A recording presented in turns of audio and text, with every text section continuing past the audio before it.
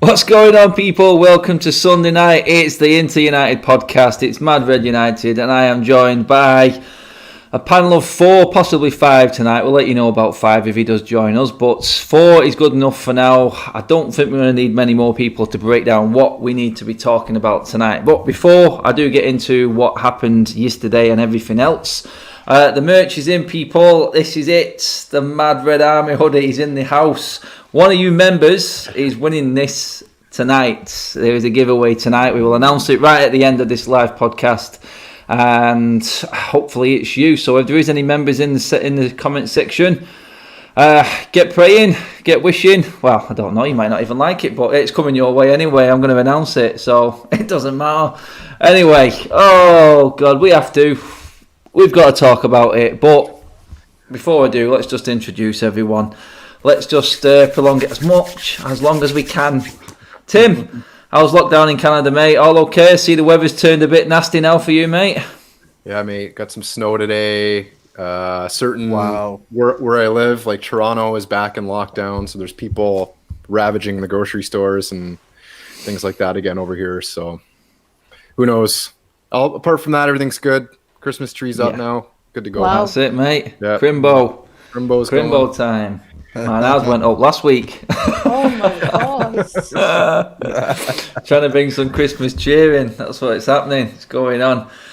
Mary, how's it going over there, Mary? Everything okay? Lockdown? I don't know what your lockdown situation is actually now. Where are you at with it, Mary? We are level 5. We're still in full lockdown, so have a few weeks left to go, yeah. So it is what it is. You just have to suck it up and get on with it. So, yeah. That's the one. Soon be Christmas, Mary, don't worry.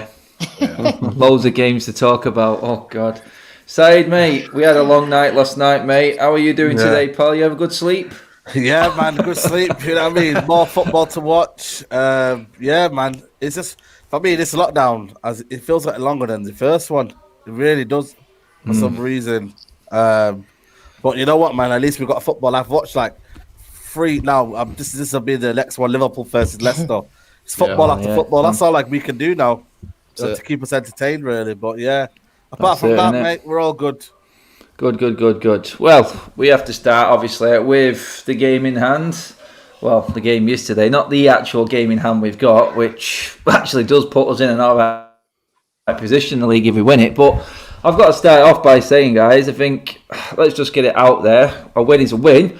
And you know what? It's 2 wins in a row. I've not seen that for a while. But Tim, I'll come to you first, mate. Just give us your overriding thoughts on that game yesterday, mate. How did you see it, pal? Because there's a bit of arguments on social media regarding how it is, how reactional people are, and the negative comments too much. But you have to break it down and be real, mate. How did you see it yesterday, pal? Yeah, I mean, it wasn't great, obviously. However, like, there were positives in that game. I think if you look at the stats, like we did dominate the game in terms of possession and passes and shots and all that. You know, we had 2 or 3 gilt-edged chances where, you know, we should have won that game. I think it was a penalty personally that called back for Bruno to get that out there as well. So say they banked that penalty, I think we should have won 3-4-1 with the chances that we had. I mean, the chance that Martial had, right? Like, basically, I mean, you got to score. Rashford again, he missed a sitter. You got to score. Bruno was at the center of everything. All of our gilt-edged chances came from Bruno. You saw the stat today he had 6 key passes, I think, which is the most in any of the top 5 leagues in Europe this season. So that was a positive. I thought Tellez was good. Obviously, we were building down the left-hand side for a lot of our attack.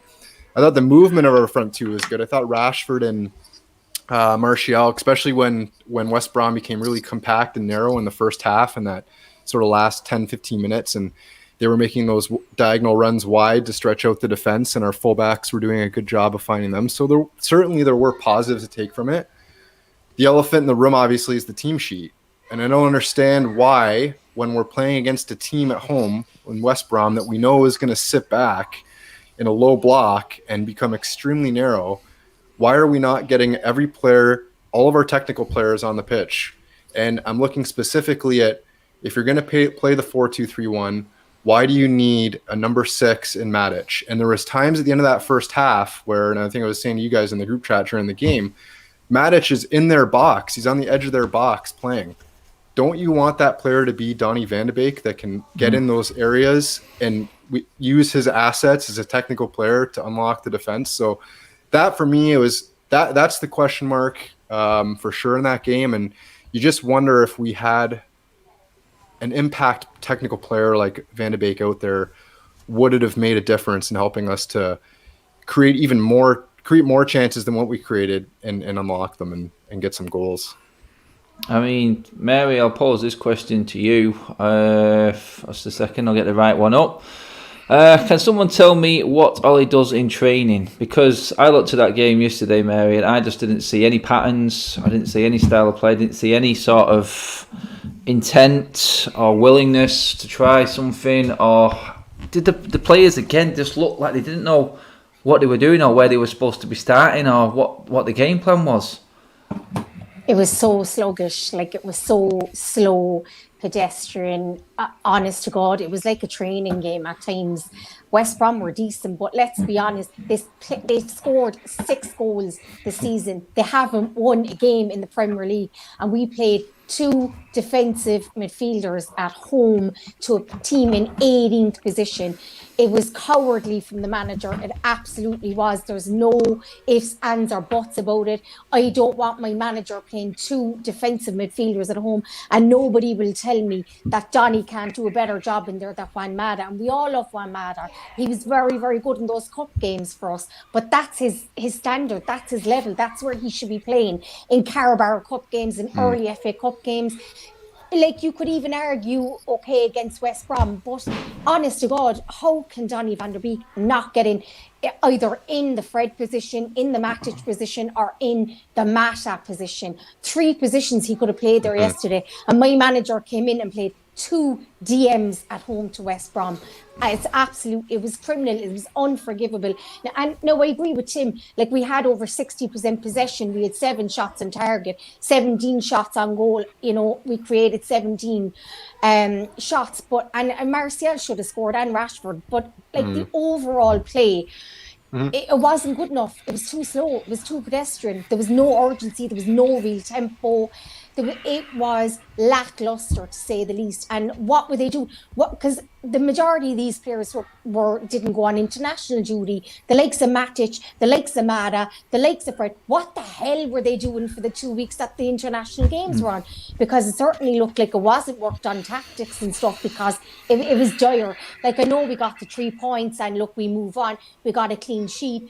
Players, but as well, the team selection, he was playing players with niggles out there as well. Maguire, Lindelof. Like, I just didn't understand why didn't Axel, Rashford, Martial as well, back problem for Martial. Martial looked way off the pace as well. Why didn't Cavani get a start? Why not have, I just didn't understand some of the team selection as well. Not good enough from Ollie, if you ask me, really, overall. No, just going to get this super chat info, come to Saeed on it.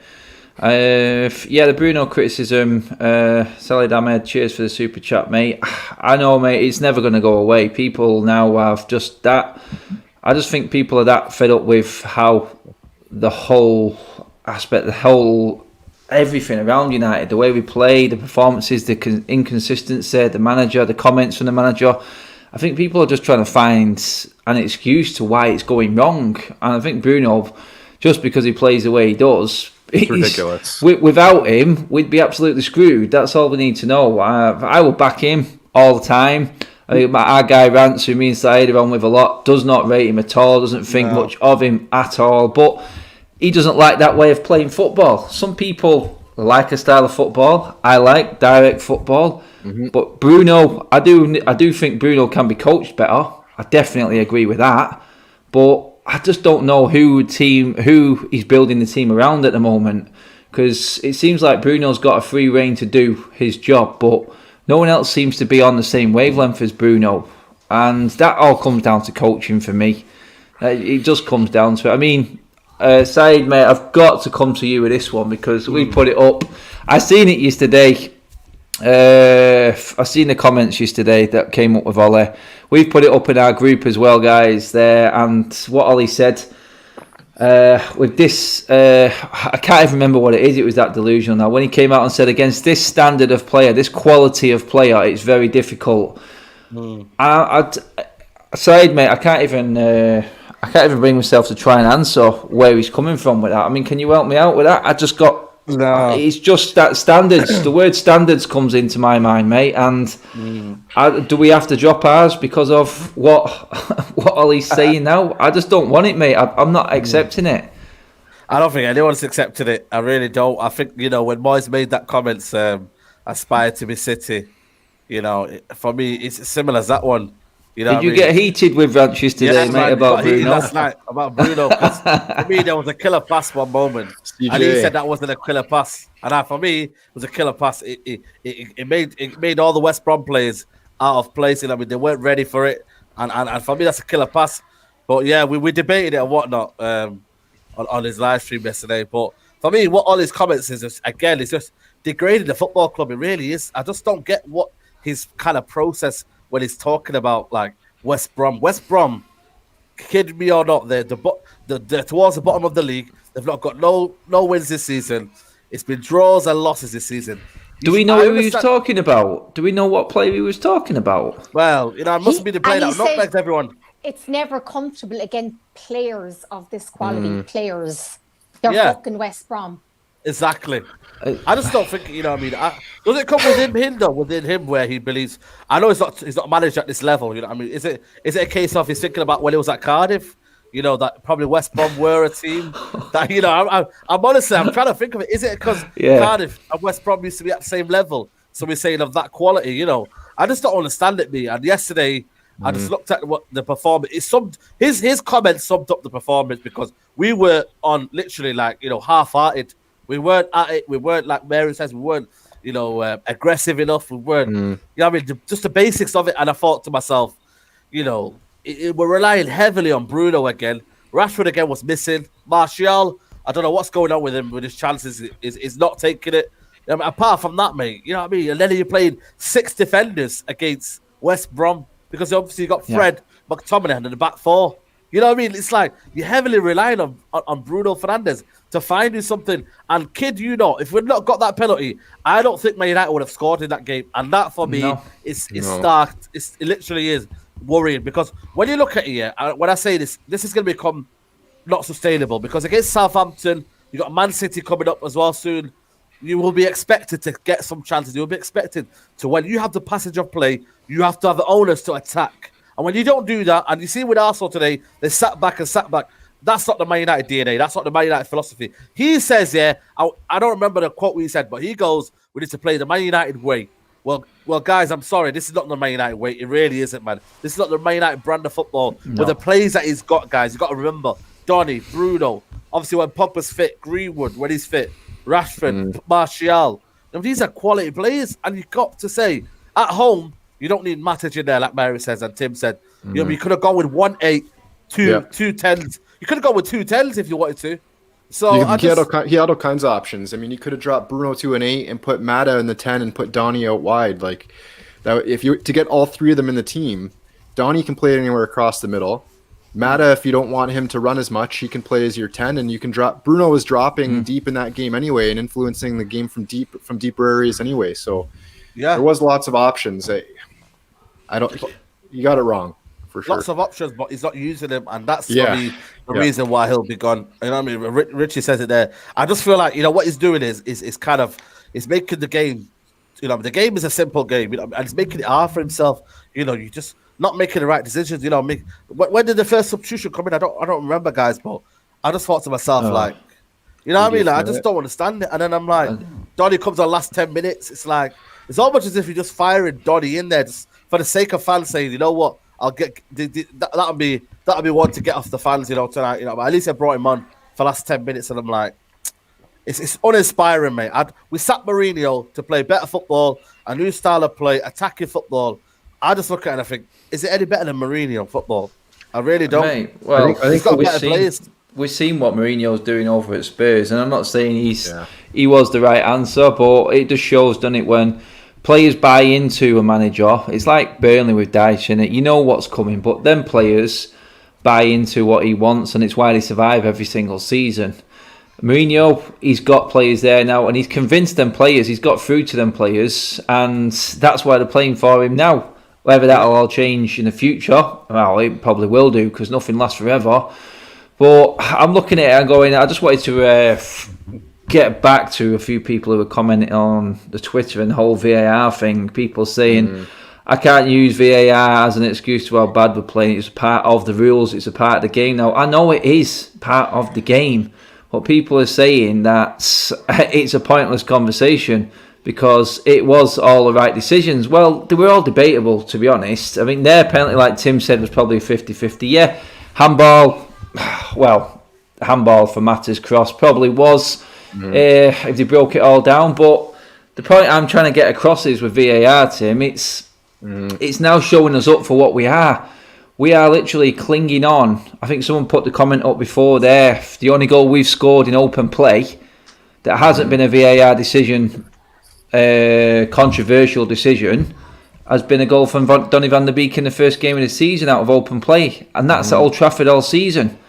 So the point I'm trying to make is, yeah, VAR is here and here to stay and is part of the rules. I understand that. We can't discard it. But the fact that we're clinging on, and you've seen Bruno there begging the referee, and we're screaming and shouting at the refs now as if VAR is part of the game instead of playing football and creating our own chances. And it's coming out in Ollie as well. He's just giving him an excuse, another VAR decision. You know what I mean? There's no fans in the stadium. It's poor, mate. But I just don't see us, like Saeed said then, without the VAR penalty, I couldn't see us scoring, mate. People said it could have been a 3-0 comfortable game because of the chances. Well, I'll bring up the save that David De Gea made, which set up the chance for us to get our penalty. That could have gone 1-0 West Brom, people. So for you to come out and tell me that we could have been 3-0 up and everyone would have been talking differently, it was a good game. It was never a good game. We're relying on single individual players to bring out a bit of brilliance, i.e. Bruno, and a VAR decision. I mean, our man Keane calls it out every time, Tim. Bruno, penalty, VAR. He gets it right every week. That's all it is. We just don't look like we have patterns of play, mate. This is a massive, massive worry because we can't get Donny van der Beek in this team, like you said, or Pogba, and make it work. I just don't see how, when this low block comes, unless we get lucky, mate, which we have been, we actually managed to progress at all. It just doesn't look like we've got the capability of doing it. I'm sick of it, mate. I really am. Yeah, I mean, it's worrying. Like the thing with the whole Donny thing, that game yesterday was tailor-made, like I said earlier, to your technical players and to have Donny in the team. When we signed Donny, we all talked about that he was going to come in and, challenge Pogba and possibly, be another option to Bruno. And in these games, when teams do play a low block, that we could have all of our technical players playing together and turn the screw and break teams down. You look at that game yesterday, and Donny, Pogba's not even in the squad, and now he can't get in ahead of Fred, Matic, if McTominay had started if he was ready to go. Ole said before the game that he didn't start him because he was around the world playing or whatever. But if McTominay was good to go, I have no question that it would have been Fred or McTominay in there. And now Matic is ahead of Donny too. So there's 3 midfielders ahead of Donny in a game that was screaming out for a player like Donny. That's a bit of a concern because you wonder what's going on behind the scenes. And has he had some sort of discussion with Van de Beek and they've both agreed to this? And if they haven't, are the players asking themselves the same things now? Because I wonder if he regrets it. I wonder if he regrets signing there, Donny. I don't know. I wonder if he regrets thinking Bruno. I think Bruno's better in the number 10. I think he's more reliable. You know what I mean? I don't know what I'm going to get with Donny. And for us, Donny's a quality player. We see it with Holland. We've seen it for Ajax. I just don't know. I just look at Ollie and I think, is he kind of like, Bruno was a saviour for his job for last season. Is he just thinking maybe, you know what, I need to keep my job and I feel like I've got to do it by any means necessary. And is he doing with that with the 2 DMs? And then you've got Bruno, who is our kind of saviour, who is our everything goes through Bruno. If he was to put in Donny in there, Cavani up top, then you put in Martial left, Yeah. You know what I mean? It would. You know what I mean? I'm not even saying put Daniel James in there, but I'm just saying he's not really trying anything else. Daniel James is on the bench, full stop. You know, there's players on the bench that on the bench, full stop, no matter what. You know, and Pogba and Donny van de Beek will be them two players now because for me, he's got something that probably works for him, that he's solid with, that he knows we won't concede that many goals because we don't concede many goals, do we? You've got the back four who are protected. You've got the keeper who wasn't exposed. You've got everything, all the nutrients to say, you know what, this is for me. And I feel like that's what I keep going about. It's not sustainable because it's almost you're going against your principles as a manager. Your principles as a manager is you go out in attack.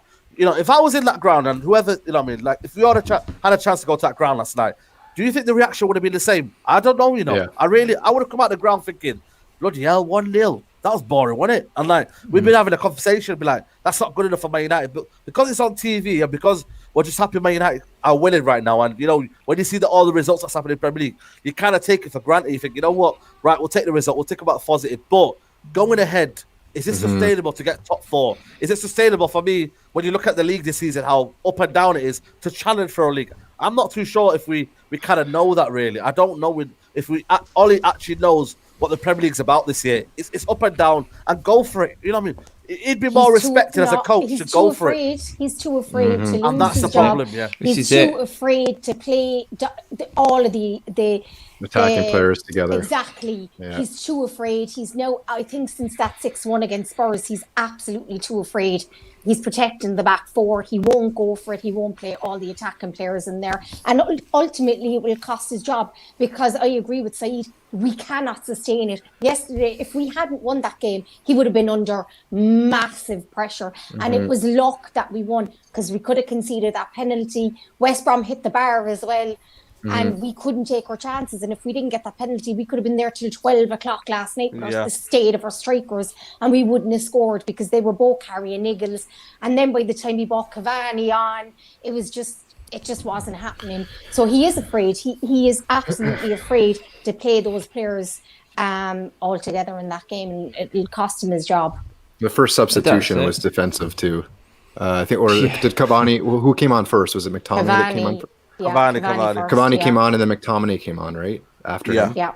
So I mean, you're bringing on Scott McTominay ahead of Donny in a situation where you're did Donny come on before Scott McTominay? Actually, I think. Did he come on first? Yeah, I think Donny came on first. He had 12 minutes. Scott McTominay had about 5. I think. Yeah, I stand corrected. But I'm sure it's right. Someone will correct me anyway. You would look at the 1-0 scoreline. I mean, you think about games in the past, Old Trafford, where you knew teams were going to come there and sit deep in a low block, but you knew that they were just going to take a pounding and be under immense pressure, and the screw was going to get turned. And like you think about those games under Ferguson, where we just kept turning the screw, and there wasn't the level of impatience that our fan base has now because you just knew that we were just going to keep pounding on the door and the goal was going to come. It's the situation now where these teams come to Old Trafford, they sit deep in this low block, and you were right. Like apart from VAR, you just keep wondering where's the goal going to come from, and that's where things need to improve. And the finishing for the front two, I mean, we've been talking about that for the last couple of weeks now. It needs to improve. Certainly, they're getting chances. We need to be more clinical in these situations when we do get these chances. But at the same time, we need to have the consistency in creating those chances and putting teams under pressure. CJ in with the super chat there. Had the third best defence last season, but we struggled. Our issue is having a game plan and right personnel. After half-time, Ollie should have been making subs. I think he should have made those subs before half-time because you could see it wasn't working. Mata was getting bullied on the ball by their players. It wasn't working. He should have changed it way before half-time. In-game management, where was it? Nowhere. That's it. So I'm going to ask you all each... Now, I'm going to go to each of you and just say, because this is how I look at it. This is how I judge the realistic look on everything. So I'll go, Tim, do you rate Brendan Rodgers as a manager? Just simple yes or no, mate. You don't have to give any explanation. Yeah, I rate him. Good manager, improving all the time? Yeah, he's improving. Things have improved certainly at Leicester from this season. Yeah. Sure. Has Mourinho impressed you, what he's done at Spurs so far this season? Absolutely. I think they could even go on and win the league. 100% Mourinho has, And Saeed, mate, I mean, I'll leave this one to you just because of the name, mate. But has Hassan Hootel impressed you as a manager this season, mate? Yeah, Hassan Hooters. Right, okay. You know what I mean? So there's 3 United fans looking at 3 other clubs' managers, and we can all, hand on heart, say that we look at their managers and we can see what they're doing, we can see their plan, we can see improvement season on, season out, which is it's there for everyone to see. My problem is, and how I look at it, is what the other fans look at United and say. And I've heard this so many times this season. And when United get wins, other teams actually celebrate because it keeps Ollie in a job. That's what I get constantly. As long as Ollie's in a job, United will not win anything. So the odd win here and there, they're celebrating them. When we beat PSG, I heard Liverpool fans on the radio celebrating. They said, we love this because we see it. We see what's happening here. This, as long as Ollie keeps the job, we'll be okay. Someone said I think we're going through every single fixture, one of the radio pundits said, and they were asking all games, and they went, it's West Brom at United. They say, what do you think? So it's another layoff for Ollie. It's another game that'll keep Ollie in a job for a little bit longer. This is how everyone's looking at it from the outside. And there's a lot of red blinkered glasses going on that I've spoken to in terms of United fans. I'll come to you first, Tim, mate. But when you hear the other opposition fans wishing United well, just so Ollie stays in a job, what does that tell you straight away, mate? It's got to improve. I mean, it's inconsistent. You know, we put in some good performances, and then all of a sudden, you know, you get a piss poor performance, and it's like 1 step forward, 3 steps back. So it certainly has to improve. Know that. And they know that. It's disappointing. It's disappointing to hear them say that, because I think we all want Solskjaer to succeed. I don't think there's, you know, he's apart from that extreme faction of people online that are actively cheering against us to lose, which is crazy. I think we all want Ole to succeed, and we want things to improve, but it's disappointing. And teams know that, and you know, they're like you said, they're playing on it, right? Yeah, I mean, the only people, Mary, that I've seen that have publicly backed Ole are the ex-United players, starting to grind on me a little bit. I think it was Hugh Rosencroft on TalkSport, actually. I remember him pulling Andy Cole on this, and actually fully going in on him, saying he's had long enough. I mean, this whole love affair from the former United players for Solskjaer, I think I can't understand it. I really don't understand it, Mary. It's sort of, they're trying to convince the supporters of United that this is the way forward. I mean, I was there when Rio Ferdinand pulled up behind us at West Ham last season, and he said, what's going on? You need to back the manager. I think we're in a pretty much similar sort of time scale in terms of games played as we was then. We're in exactly the same position, Mary. What do they see that we don't? Is it just pure friends and pure mates from the past? It is. It's their buddies, and it's the buddy system. But for me, I've had to ask myself, if I didn't love Ollie, if he wasn't a club legend and one of my favourite players, would I be Ollie out? And I would. I absolutely would. That's the only reason why he's still in the job, because he's.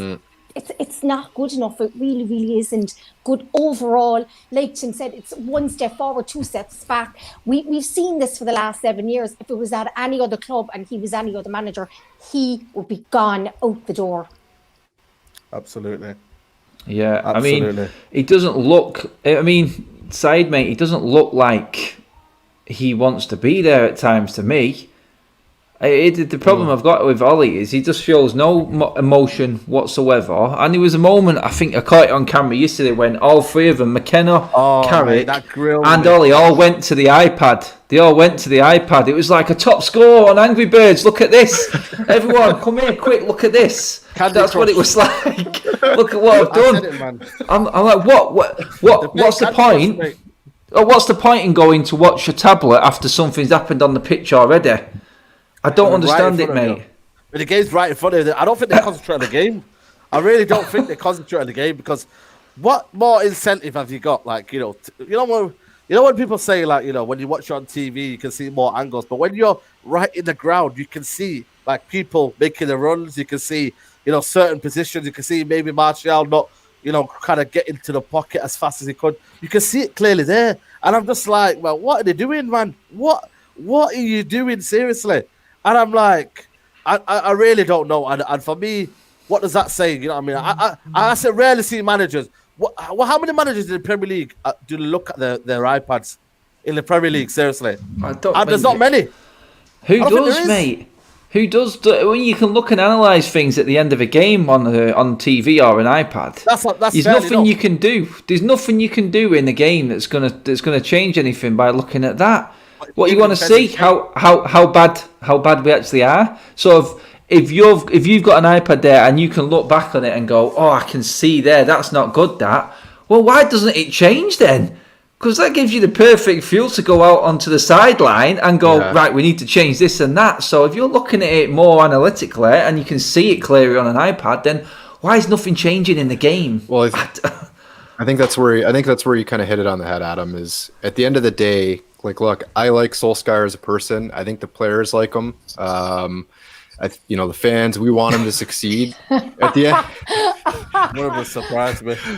Oh, classic. At the end of the day, really, what's letting him down in these games is his tactics, and it's a concern. It is a concern. There's no way around it. As much as you want him to succeed, so what's the answer? Is it time to bring in somebody, bring him in, change up the backroom staff if you want to keep him? Something's got to give. I mean, if you look at it there in that coaching setup, Mike, it looks like Mike Phelan's isolated from them three. Yeah. You just don't see the interaction with him anymore. It's like he's there because he's contracted to be there until someone lets him go. He doesn't want to leave United because he probably loves United, but he looks like a man who doesn't want to be there, mate. They could... I mean, I'll come to you on it, Mary, too. I mean, there could be an in-house issue in this coaching setup as well. We've all said it before, there's too many chefs in the kitchen. Who's in charge? They all take turns, don't they, to come on and say something. Well, I mean, could it be that there is an in-house issue inside the coaching setup? I think it's more of an issue that they're not good enough. Like, I mean, Carrick has had no experience. McKenna came from the youth team. Like, Phelan, was experienced years ago under Fergie. It's 2020. The Fergie days are gone. And then Ollie, we know he came from Molde and Cardiff. It's the inexperience. They're clueless. If you ask me, the three coaches, Phelan, the best of a bad bunch. But, like, I mean, where was he teaching a class somewhere across the world? He wasn't even in football at the time. So I just think it was good for a temporary thing. When he got the job permanently, he should have changed the backroom staff. He didn't. And, it's just, it's just all of them. It's all of them. In any sport, you have what teams generally have the most success is it's the coaches and the managers that can make those in-game adjustments, right? Doesn't matter what sport it is. They can see what's going on. Doesn't matter what sport it is. You have to be able to identify what's happening real time and be able to get the person either change personnel or change your setup or change tactics. So, Alexa, what should I do now? Leave Man United. Oh, that's a good one. I like that. So I'm not taking the mick out of Ollie or anything, but I'm trying to be upbeat. But just before we move on, we just got to get someone else's comments. He's arrived, people. Mr. Stadiums for Ants, David, on his phone. How are you doing, Dave, mate? You good, pal? Yeah, I'm all right, man. It's been a crazy couple of weeks over here, as I'm sure you guys have seen on the news. It's yes. So you're in crazy lockdown, mate. You're on curfew. You have certain times to go and get everything you need for the rest of the week, and then you go and watch the football to cheer yourself up and take it away, Dave. And don't wind up cheered up. That's the one, mate. I mean, it's Dave. We've just been talking about the coaching staff there, mate. Actually, I want to get your opinion on it while you're in now. I said Mike Phelan looks like he's isolated from the other three, McKenna, Ollie and Carrick. It doesn't seem like he's got much interaction there with them anymore from what we can see. I mean, we've always had issues with there being so many of them there and we're not knowing who's actually in charge, mate. Could this actually be the major issue? And Mary said there, could he save himself by changing this coaching backup staff at all, do you reckon? Yeah, I think you could, but we've talked about this every time I'm on with you guys. I wonder how much control over these decisions the coach has, the manager has, or are these decisions coming from above him? And if they are, then does changing things effectively make a difference? I'd love to say, yeah, no, it's going to be different. But look at our history of the past 15 years. There's not much difference there. Dave, I think there's two separate issues. I agree with you that, nothing will change long term in terms of the Glazers, but when you look at what's happening right now, like they should be doing better with what they have. And that's the issue. Absolutely. So regardless of whether things change down the road, like something's got to change now because he should be performing better. We're under no one's Johnny taken Evans. aback by what's actually going on. But Johnny Evans, mate. What are you doing, Johnny Evans? We don't need to be worrying about what Liverpool and Leicester are doing right now. I'll tell you that. But it's just scored own goal. Oh, that was awful. Johnny, come on, lad. I mean, that was awful. He likes an own goal at the moment, though, Johnny Evans. Don't he? A couple last season as well, if I can remember right. But the coach makes the team selection and tactics, CJ says. Yeah, 100% CJ, mate. It is. I mean, I'll come to you on this one, Dave, since you just come in, mate. The worrying thing is, I mean, a few people have touched on it, and Saeedi's touched on it as well. For me, I would put it down to attitude and a lack of, to be honest. Our forward line, I pulled them against Everton last week. Rashford and Martial were poor in that game. I thought they were atrocious yesterday, mate. When it comes to it, and both of these players know what this club is and what this club is all about. Sometimes when you step over the white line, it does all come down to the players and their attitude. And we do know what these two players have got.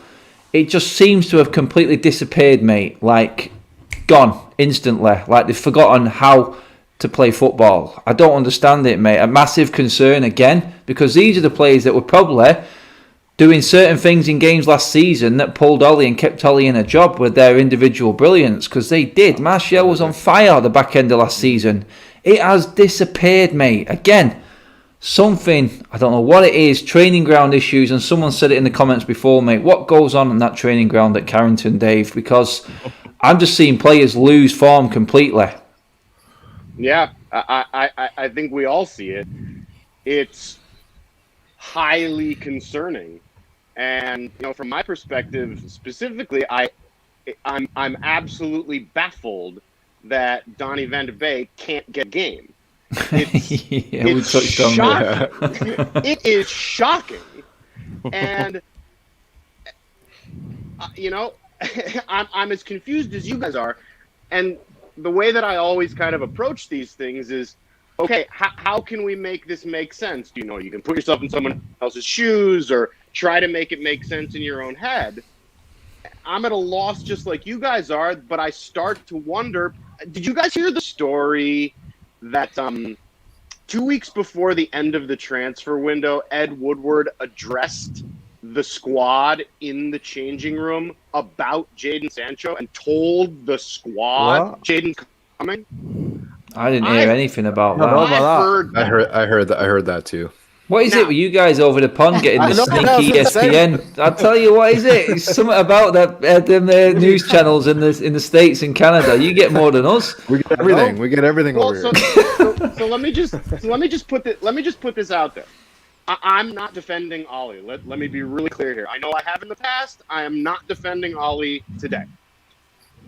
If that is true, that lines up exactly with the dip in form and the lack of passion that you're seeing on the pitch. No, I don't watch that garbage. Yeah, the lack of signings, did you say there? Yeah, the lack of signings. I think ESPN. I don't know. Do you not think though that squad is enough to beat West Brom convincingly though. Oh, it's enough to beat anyone we've played this season side, mate. 100%. 100%. Yeah, I think he's just speaking to the attitude of the players. I'm going to address what Dave just actually said there, because we touched on it before, and it's I know, alien. We touched on it before. Time at all. What has he said there? Does Donny know it's Xmas time at all? Good old alien for keeping us entertained. No, but Dave just touched on it there. We touched on Donny before. I mean, you can all bring up the Donny van der Beek debate. We've been speaking about it for a while. But my issue is these players are playing no matter what happens on the pitch.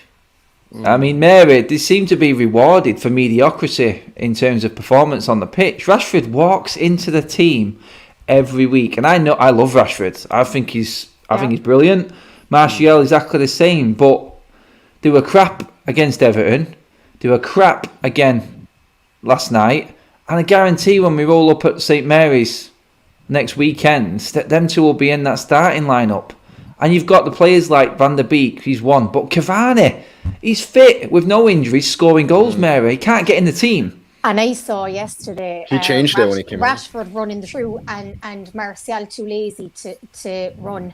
I would have subbed, and I love Martial. He's one of my favourite players. I would have fucking subbed him immediately after I saw him do that. You lazy bastard. Get off the pitch. If you're not going to run into that box as fast as you can and get in there on the end of that ball, you could sit your ass on the bench for the next few games, and I'm going to play Cavani. Because, I mean, Martial, we know he's been suspended for 3 games, but he's been stinking out the place for the whole season. Only for Rashford gave him that present of that penalty in the Champions League. He would only have 1 goal this season. No shots on target, no chance straight in the Premier League. Get on the bench, Martial. And Rashford, if he's carrying a niggle or whatever's going on with him, he shouldn't be playing either. Where's the competition for places? If you're performing consistently poor in a Man United shirt, get on the bench. This is where I don't care who your favourites are. I don't care your buddies with Ollie and he's calling you Rashi. Get on the bench. On a serious note, we're Manchester United, and you're not busting a gut to get into the box when the ball is when we're attacking. Get out. Absolutely get out. Am I wrong in saying that Daniel James should have started ahead of Mata? The way he had against Wales, it's got a banging goal. And I understand that Daniel James is not everyone's cup of tea, but you've got to get some kind of form. Daniel James is not a bad player. He can improve. He can, get some form. He can do things. I'm just looking at it. He played unbelievable for Wales in that game. Scored a banging goal. Mata has not done anything for the last 2 or 3 games. You know what I mean? Like, why did Ollie just try it out and think, you know what? Let me try Daniel James on the right-hand side for this game. Make him more of a balance. Do you know what I mean? Like, I don't know. But why would you listen? I think that Mata should never start another game ever. If he can come in and play 10 minutes to see a game out at the end of a game, that's fine. But why would you start Dan James over Donny? That's my question. I don't think it was suited to Dan James either, Saeed. I think Dan James, he's not the type of player that's, you're playing against a low block. He's a good counter-attacking player, but he's not the type of player that's going to break people down. And then when you looked at when you looked at what they were trying to do, they were trying to overload the left-hand side, and then they would tuck Mata inside, and they were trying to shift it back over. So it just didn't suit Dan. That game didn't suit Dan James, but I agree with Dave. Like, the game suits Donny. So you can play Donny in that position if you want anyway, because he's going to tuck in centrally when we overload the left. Like, it just made too much sense to play Donny. The problem is with it all. At the end of the day, Bilic has looked at that. He's had 2 weeks international break. He's looked at every single home game United have played this season and exactly the same formation. He knows what's coming. He can set up a team to nullify United. We're too easy to defend against. If you've changed the formation the odd time and mixed it up as a manager, which we all hoped Ollie would do, he doesn't, then Bilic is not sure how to set up. Straight away, they looked incredibly comfortable, West Brom. They didn't look troubled at all by what we were doing. They didn't look troubled by our setup.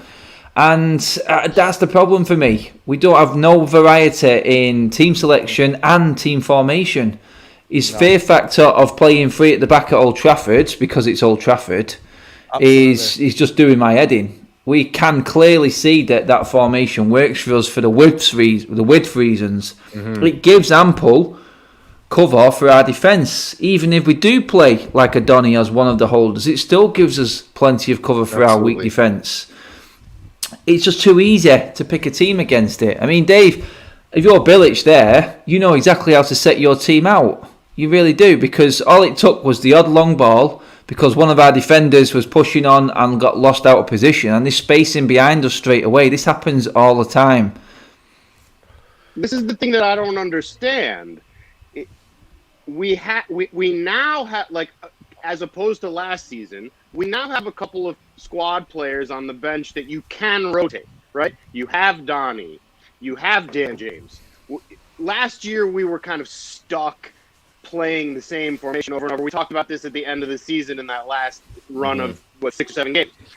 You don't have that problem now, and yet we're still operating as if we have that problem. It doesn't make any kind of sense to me whatsoever. So my logical brain responds to that and says, something's going on here that we're not privy to. I don't know what that is, but it has to be something, right? That's it. I mean, CJ there says it. People praise Mata first 2 games in the season. Now we are playing Mata should never start. Like the ex-United players, we keep blaming individuals. Ollie ain't good. I mean, I knew what Mata was going to do. He can't continuously play a game to a high level, because against Newcastle and how they approached the game, it played perfectly into his hands. You know what I mean?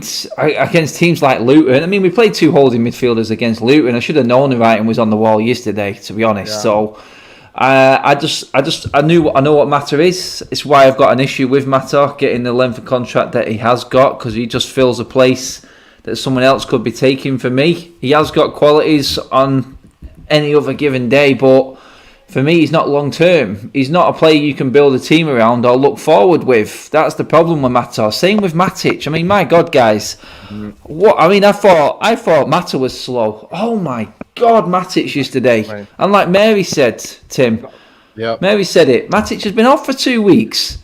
It's no excuse for tiredness at all. And he was useless, mate. He didn't even do his job properly defensively.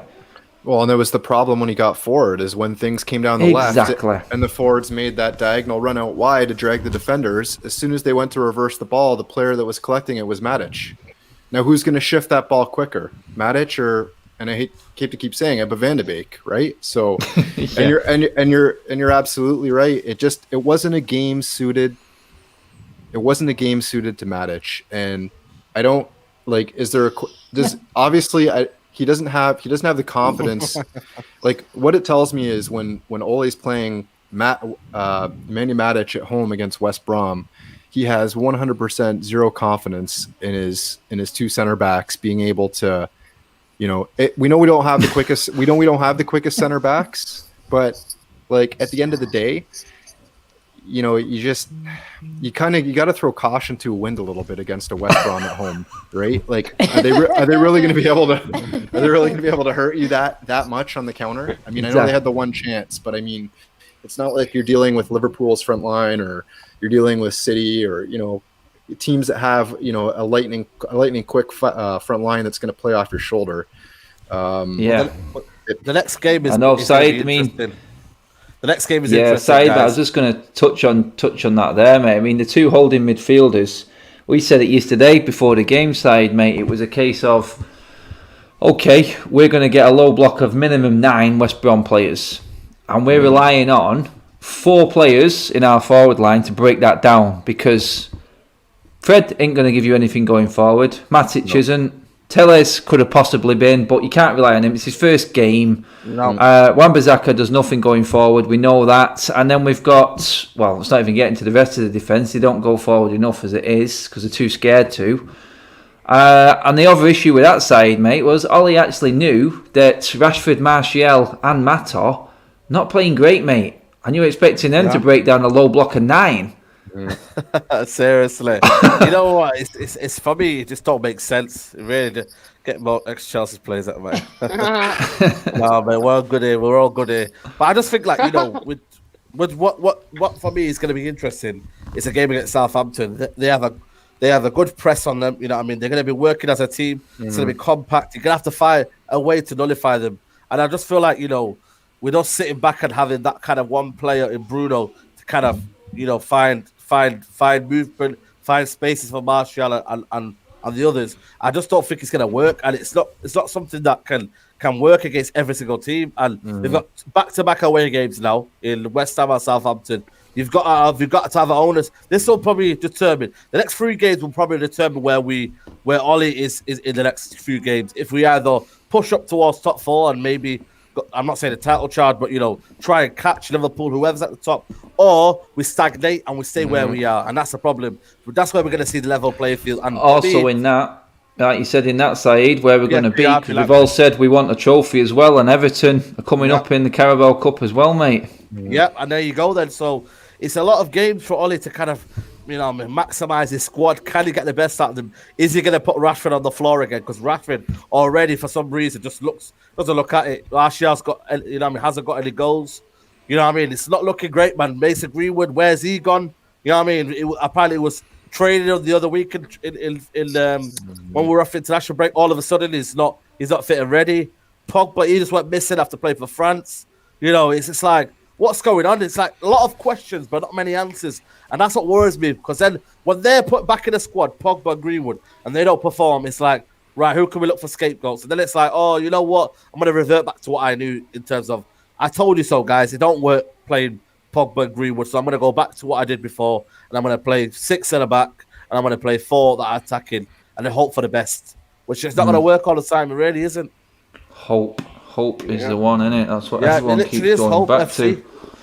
It is a scary thought. Right, guys, we're just coming to the end of the show. But obviously, I said at the start of the show before we finish, tonight is the giveaway night for one of the members. We have 40 members on the channel right now, so I'm just going to get... Who am I going to pick here to pick this one out?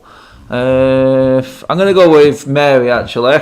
Mary, if you can pick a number for me from 1 to 40... I've got my list here. I've got them all numbered out to all the members, and whichever one you pick is going to be the winner of the new Mad Red Army merch, which is going strong. Well, just started actually, so I can't say going strong, but Mary, it's down to you. Don't disappoint 39 people. I will go with how many league titles we have. Number 20. Hey. Right smack bang in the middle, and that would be... Oh, it's Kelly. She's usually on in the actual comment section. I don't think she's here tonight. She actually works for the NHS as well, Kelly. So, perfect prize. Kelly L&B, you are the winner of the Mad Red Army. You can have a hoodie or a shirt, Kelly. You've got me on all the socials. Hopefully you see this. I will message you as well privately if you are watching the show later on, Kelly. You're probably working. So, yeah, God bless. Doing a great job as always. But yeah, I will message you later. Congratulations, Kelly. Mary has pulled it out the bag for you. Super chats. I have to pull them up. Just tell Ollie to copy Lampard. He's fantastic. Did you message him? Said I'm going to pick 20. Is it still 1-0 to Liverpool, by the way? Yeah. 1-0. They've had looking decent, Liverpool. But Leicester went quick equalising right after the goal, but... That's it. Shout out to Kelly, everyone, brilliant. Anyway, people, just before we go, as always, I'd like to give you guys a bit of a shout out on your socials. So I'm going to start with you, Tim, mate. Just give the people a shout out from snowy Canada. Yeah, it's on. I think it's on the screen still. Niagara MUFC for the Supporters Club and Niagara Red for myself. And if you haven't, check out Walking Down the Warwick Road on YouTube, which is a podcast I have going on with Pete Molyneux. Got a few things coming up with the Tommy Docherty era and a 3-part series called Rising from the Wreckage from United from 58 to 68. Good stuff, mate. Love a bit of nostalgia there. Top man, Tim. Mary, She Devils United. You all know it. Go and subscribe. I'm live at 9, so come over and watch me. Yeah, get up onto Mary's. She has some good quality guests and great convo going on there as well. Mary, I have to hold my hands up. I thought I did subscribe to your channel already, but I hadn't. So I am on it. I was on it. I could not believe it. I was like, why am I not getting... Wow. Oh, shit. I'm not on it. But I am now. God, people, check out Mary's channel. She has some top guests on there as well, and it is all good conversation. Late night stuff. Seems to work for a lot of people as well sometimes. Yep. Saeed, you do plenty of podcasts at night, mate, late on. I mean, last night was a late one, mate. Where can the people catch you, my man? Yeah, man, catch me on United Central. Tomorrow we'll have the Straight Jacket podcast, so come tune in tomorrow, 5 o'clock. We'll have the Straight Jacket podcast. Top man. And the one and only, he's going from strength to strength. Highbury's coming on well, mate. It's Stadiums for Ants for our Dave. I'll let everyone know where they can catch you on socials, mate, so they can see all that work that you're getting on with at the moment. Yeah, of course. You can find me on all social platforms at Stadiums for Ants. And I actually have a little announcement coming in the next couple of weeks, so tune in. Ooh. I think I might get you back on to make that announcement. Every time Dave makes an announcement, we usually buy someone as well. So can you make it around January the 2nd or something like that, Dave? So we can actually sign a player. You're in my planner. Oh, is that Jota 2-0 as well, people? Yeah, 2-0 header. I told you Liverpool win this. It's in there. Thingy. So it's a culture of winning at the minute. No matter what you do. We had with Fabio. Remember, we played Fabio Da Silva and Rafael in the midfield. We beat Arsenal. It's just, things happen. Peter with 6 defenders. Yeah. That's it. Man. Guys, do check out the membership section as well. Just click on the join button if you are interested in any of the stuff and the prizes that we do give away there. All support is much appreciated. And do check out the shop. The store is now linked directly to the channel. If you can just go on the main page and jump on it there as well. There is some good stuff. There's some novelty stuff on there as well. But I've been holding off from getting the man like Matic one simply because his namesake is really not helping me out at the moment. It's just bad. So yeah, you never know. If I put it on, he may start playing better again. But everyone in the comments, all the super chats, cheers for tuning in, people. As always, I will catch you on Tuesday. It's watch along. It's Bazak's here again. Oh God, please be better than what it was last time. Is it going to be another Old Trafford masterclass? We will see. Oh, be positive. Let's be positive. Yes. Take care, everyone. See you soon. Have a top week. Bye-bye.